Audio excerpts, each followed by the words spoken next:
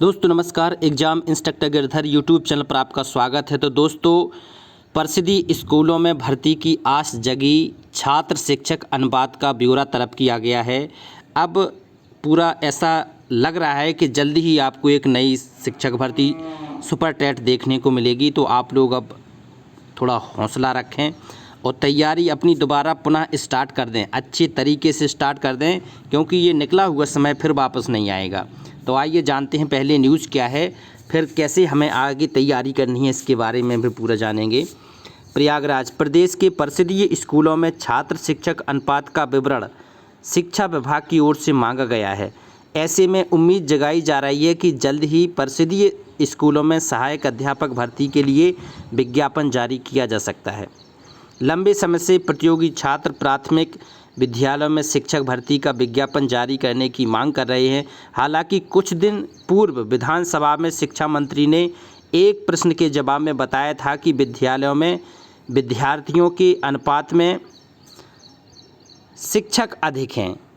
सचिव बेसिक शिक्षा परिषद ने सभी जिला बेसिक शिक्षा अधिकारियों को भेजे पत्र में लिखा है कि परिषदीय विद्यालयों में 30 अप्रैल 2022 तक शिक्षक छात्र अनुपात के आधार पर अनुमन्य पद एवं वर्तमान में कार्यरत अध्यापकों की संख्या का विवरण भेजा जाए। जिला बेसिक शिक्षा अधिकारियों को निर्धारित प्रारूप पर 7 जून तक इस विवरण को अनिवार्य रूप से परिषद की ईमेल पर भेजना है। तो इससे ये महसूस हो रहा है कि निश्चित ही एक बड़ी भर्ती हम लोगों को मिलने वाली है, क्योंकि वास्तव में पद खाली हैं और रेशियो भी अभी उतना नहीं हुआ है जितना चाहिए है। तो इस हिसाब से भर्ती हो सकती है। आगे देखते हैं, वही एक ये खबर निकली है अलग तरीके से कि परिषदीय स्कूलों में भर्ती की जगी आस, छात्र शिक्षक अनुपात का ब्यौरा तलब। तो ये ब्यौरा मांगा गया है, तो निश्चित ही कुछ ना कुछ सरकार की अब मंशा है, कुछ ना कुछ सोच रही है, तभी ये निकाला गया है, तभी जानकारी मांगी गई है। तो हम लोगों के लिए एक अच्छी भर्ती आने वाली है। साथ ही एक अच्छी खबर है कि जो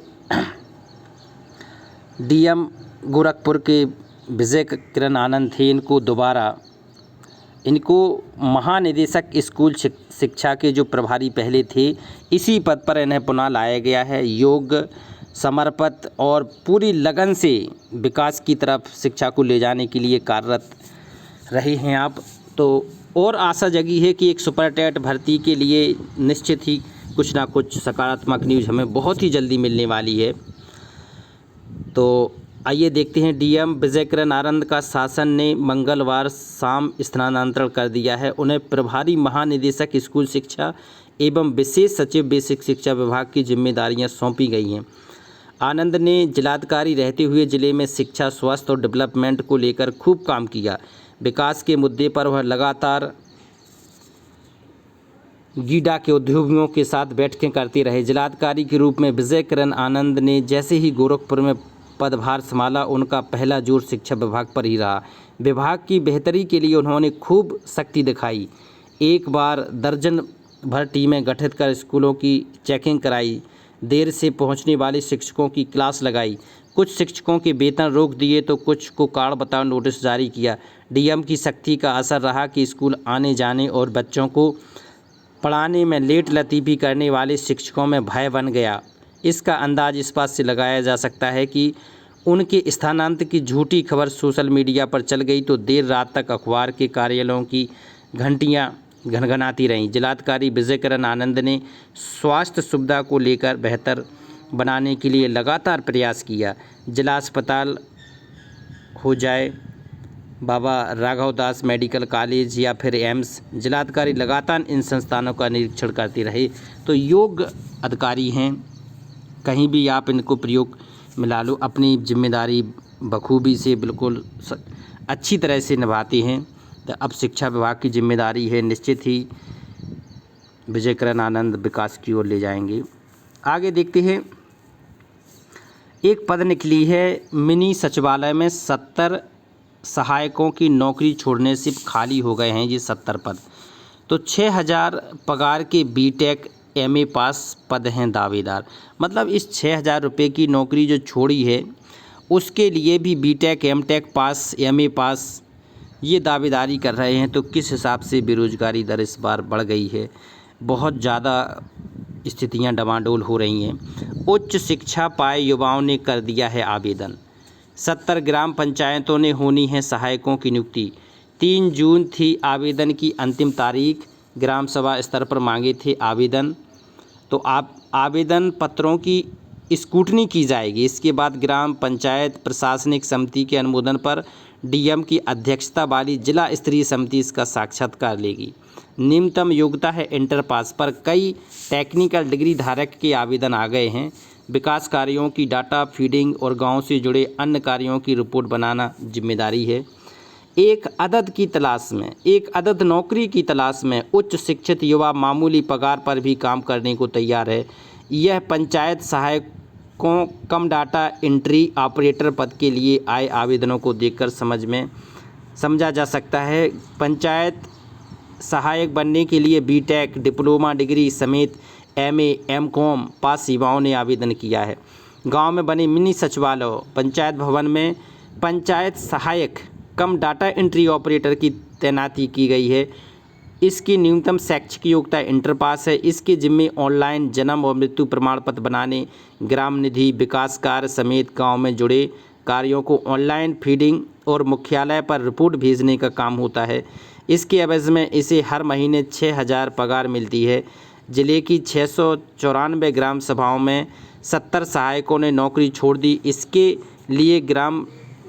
लिए पंचायत राज विभाग ने ग्राम सभा स्तर पर आवेदन मांगे थे। आवेदन की अंतिम तिथि 3 जून तक करीब 300 युवाओं ने आवेदन किया। इसमें बड़ी संख्या में उच्च शिक्षित हैं। तो ये है बेरोजगारी का आलम। दोस्तों, सबसे बड़ी खास खबर है कि पीसीएस प्रारंभिक परीक्षा यूपी पीसीएस का एग्ज़ाम 12 जून को है। वे अभ्यर्थी जिन्होंने यूपी पीसीएस की परीक्षा का एग्ज़ाम देना है, बिल्कुल सीरियस होकर एग्ज़ाम दें, बिल्कुल अच्छी तरह से एग्ज़ाम दें। आईएएस का पेपर जिस हिसाब से कठिन आया है, जिस हिसाब से लॉजिकल प्रश्न आया बने हैं, तो निश्चित ही आशा जग रही है कि यूपी पीसीएस का भी इसी तरह लॉजिक वाले प्रश्न बने। तो अब पुराना पैटर्न ख़त्म हो गया है कि पुराने अनसोल्ड याद कर लो, उसकी ट्रिक याद कर लो। अब कंसेप्ट चलेगा। अब आपका तथ्यात्मक आपने क्या पढ़ाई की है, आप उसमें कितनी जानकारी रखते हैं, वो आपका अब सिलेक्शन पक्का करेगा। तो निश्चित ही आप लोगों की तैयारी होगी। पीसीएस की प्रारंभिक परीक्षा 12 जून को है। तो ये हर ज़िले में इसके बनाए गए हैं, सेक्टर मजिस्ट्रेट भी बन गए हैं। हर जिला मुख्यालय पे इसका एग्ज़ाम होना है, मंडलीय। तो ये बहुत दो पेपर होंगे इसके, 2 पेपर होंगे। सुबह होगा 9:30 बजे से 1-2:30 बजे से होगा। तो इस बीच बहुत ही बड़ी तैयारियों के साथ ये सब किया जा रहा है। इतनी अच्छी तैयारी। अब देखो, एक और ख़बर है, बहुत अच्छी है कि बनना चाहते थे एक्टर और बन गए अरबपति मास्टर। बताओ, इलाहाबाद में ऐसे भी टीचर हैं, योग टीचर हैं। वो कभी अपने सपने को लेकर इलाहाबाद गए थे और फिर उन्होंने जब सफलता नहीं मिली तो एक्टर बनना चाहा। लेकिन क्वालिटी क्या थी कि जो फिज़िक्स था, जो फिज़िक्स के कंसेप्ट थे, फिज़िक्स की पढ़ाने का टेक्निक थी, वो सर को कहाँ से कहाँ पहुँचा दे। ये आज ही अरबपति मास्टर के रूप में बन गए हैं। ये फिज़िक्स पढ़ाते हैं। ट्यूशन से शुरुआत, यूपीएससी में सफल होकर बीटेक में लिया दाखला, फिर बीच में छोड़ दी पढ़ाई और आज ये सबसे सफल ट्यूटर के रूप में हैं, सबसे सफल मास्टर के रूप में हैं। स्कूल और कॉलेज में घुमक्कड़ नाटक करने वाले अलख पांडे कभी एक्टर बनना चाहते थे, लेकिन किस्मत को कुछ और ही मंजूर था। समय ने ऐसी करवट बदली कि आज देश दुनिया के करोड़ों छात्र छात्राएँ उनसे पढ़ने के इच्छुक हैं। 2010 में bishop Johnson school and college के 12वीं करने के बाद 2011 में अलग का दाखला HBTI कानपुर में बीटेक में हुआ। स्कूल और कॉलेज में भी नुक्कड़ नाटक करते थे। उन्होंने 8वीं कक्षा में भी ट्यूशन पढ़ाना शुरू कर दिया था। जब भी कक्षा 8 में थे तो कक्षा 4 के बच्चों को पढ़ाते थे। 11वीं में कक्षा 9 के बच्चों को कोचिंग पढ़ाने लगे। इसी प्रकार बीटेक सेकेंड ईयर में पहुँचे तो कानपुर में कोचिंग पढ़ाने लगे। इस दौरान एक समय ऐसा भी आया जब बीटेक छोड़कर वापस प्रयागराज आ गए।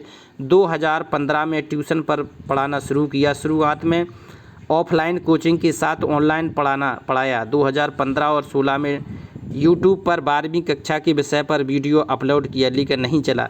फिर 2017 में कक्षा 10 के विषय पर वीडियो डाले तो बच्चों ने पसंद किया। ख़ास तौर से CISE बोर्ड के बच्चों के लिए वीडियो बनाए तो शुरुआत में 1000 सब्सक्राइबर हो गए, 10,000 सब्सक्राइब हो गए। फिर किसी दोस्त की सलाह पर यूट्यूब चैनल को मोनेटाइज किया तो कमाई होने लगी। फिर धीरे धीरे ऑफलाइन कोचिंग छोड़कर पूरी तरह से ऑनलाइन पढ़ाने लगे। देखते ही देखते 6 माह में अलख पांडे के प्रयासों से उन्हें फर्श से अर्श पर पहुंचा दिया। रोचक है बीच में बीटेक छोड़ने की कहानी। अलख पांडे के बीच में बीटेक छोड़ने की कहानी भी 3 इडियट फिल्म की तरह काफ़ी रोचक है। फिजिक्स में रुचि होने के कारण बीटेक में मैकेनिकल ब्रांच ले ली। पहले साल फिजिक्स में 80% नंबर मार लिया तो कॉलेज की सबसे अधिक था, लेकिन फिर समझ में आया कि संस्थान में जो पढ़ाई कराई जा रही है उसका वास्तविक जीवन से उतना उपयोग नहीं है। 3rd ईयर आते आते कोचिंग में रुचि बढ़ने गई, कॉलेज की पढ़ाई में मन हटता गया, अंततः बीटेक बीच में ही छोड़ दी। जीवन में काफ़ी उतार चढ़ाव रहे हैं सर के। 9 भाषाओं में शिक्षण सामग्री उपलब्ध कराने की है तैयारी। युवाओं को भाता है अलख के पढ़ाने का अंदाज़। दुनिया भर के विद्यार्थी प्रयागराज के अलख पांडे के मुरीद हैं। तो ये कि ये देखिए इनकी ये क्लास चल रही है, इनकी पढ़ाने का तजुर्बा देखिए आप लोग। तो ये उसी का परिणाम होता है कि आप अपने काम के प्रति कितना समर्पित हैं। अगर आप समर्पित हैं तो निश्चित ही आप अपने काम को बेहतर देंगे। तो समर्पण से ही सफलता मिलती है। तो ये अलख पांडे जी की समर्पण और सेवा भाव के कारण आज इनका सफलता मिली है। तो इस सफलता के लिए इन्हें बधाई। और दोस्तों सुपर टैट में जुटे रहें। अब चैनल बहुत बढ़िया तरीके से आपको हर चीज़ देने वाला है। नमस्कार।